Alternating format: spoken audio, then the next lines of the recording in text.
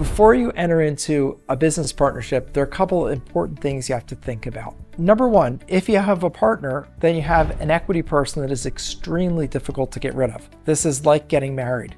Getting divorced can be really difficult. Getting married can be really easy. Easy to get into a business partnership, can be very difficult to get out of it. So before you enter into a partnership, please be very careful and thoughtful. Number one, you have to think about the person you're dealing with. Is this a person that tends to get into arguments and litigation with people, someone whose personality maybe rubs you the wrong way? If it is, you really need to think twice before entering into that partnership, because you do not want to be with a partner who's going to sue you or get into fights with other people and cause your company and business to get into litigation.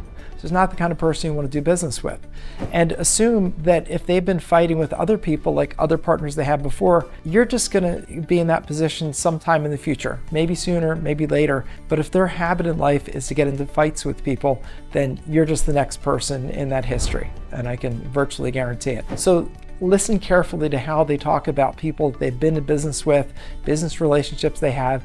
And if it's a lot of negativity, a lot of blaming, litigation, just don't enter into a partnership with that person.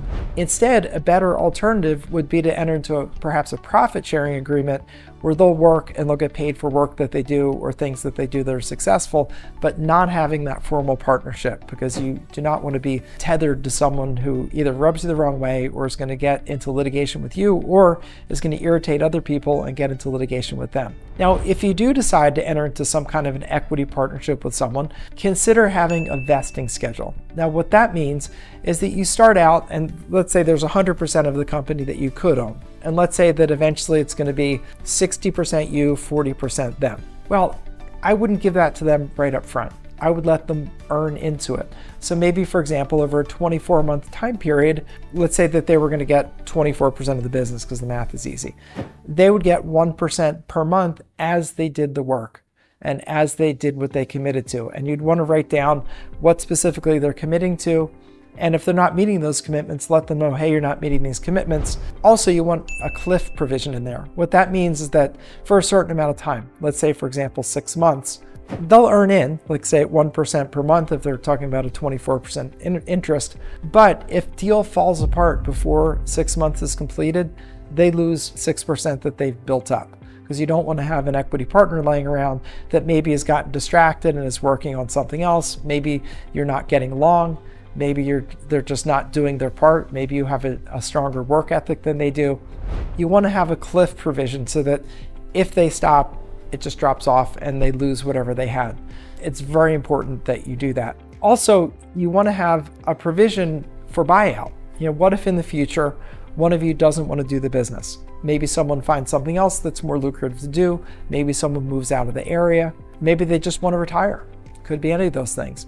You want to set up in advance how you would value the business and how you would break up the business. And you also need to have a provision, what if one of you passes away? Terrible thought, but that happens to all of us. In that case, what I have in my own business, because I do have a partner, my brother and I are partners in the business, what we have is life insurance policies. And if, for example, I were to pass away, there's a substantial life insurance policy that's paid for by the company that if I were to pass away, it would pay off my wife, and then my wife would receive a big amount of cash, and then my brother would own the business.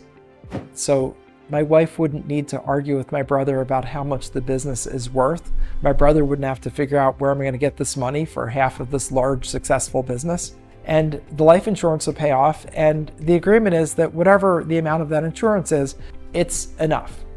It'll either be a little high, it'll be more than the company's worth, or it'll be a little bit low, not quite as much. But there's a lot of value to simplicity and not getting into arguments. So that's a good way to handle that. You also don't want to be a partner with your deceased partner's spouse. Just say, for example, I passed away and then all of a sudden my wife is a half owner of a business that, she doesn't know how to operate. She doesn't do what I do. And my brother wouldn't want her as a partner. And frankly, she wouldn't want to be a partner with him, because if I died, she'd probably be very sad, and she's not in a position to go take on a new work task. My wife is extremely competent, extremely talented, but that would not be a time for her to take on that new task. So that's the way we handled it. There are things like that you just need to be careful of. And I would say, generally speaking, a partnership is a big step. Don't treat it casually, because people do argue when there's money to argue about. When there's no money, if it's not successful, nobody argues about anything. And if it's something that comes to a conclusion, like let's say, for example, you're doing a project like you're flipping a house. You're buying a house, you're fixing up a house and flipping the house, and you have a partnership to do that. Well, you can tolerate an awful lot of things if it's just a one-time deal. But if it's an ongoing business, like the overages business, where you're kind of working day in and day out, it's going forward over time, you definitely do not want to be in the position where you're unhappy and there's no end in sight. That is not a good position to be in. So think about that before you enter into a partnership. Is this something ongoing, long-term relationship? If so, it's a lot riskier and you need a lot more controls in place, a lot of more agreements in place. It's a one-time deal like flipping a house, you need less. But if you're really serious about this and you're going to enter into equity partnership, you really should work with an attorney who is a business attorney, who's experienced and who can give you advice on what things to talk about, what things to work out, and can draw up the appropriate agreements. You really don't want to go in without that, because when you're successful, assuming you are, that is when you'll have issues, not before then. And that's just the time you can't afford to have issues, because when you're successful and there's a lot of money, that's when people can get very disagreeable. And you don't want to be in that position. So think about those things and definitely set yourself up for success. I want you to be successful over the long term, but I don't want you to be in arguments and fights. And ideally, just in my world, ideally you would have one person owning and running the business, and then the other person would be working for a profit share for things that they bring to the table, but they wouldn't be an equity partner. I think equity is a big step. It is like being married, and getting out of it can be just as difficult as getting divorced. It can be extremely difficult, extremely expensive, and extremely time consuming. So you don't want any of those things. So that's my advice. This is Attorney Bob Diamond.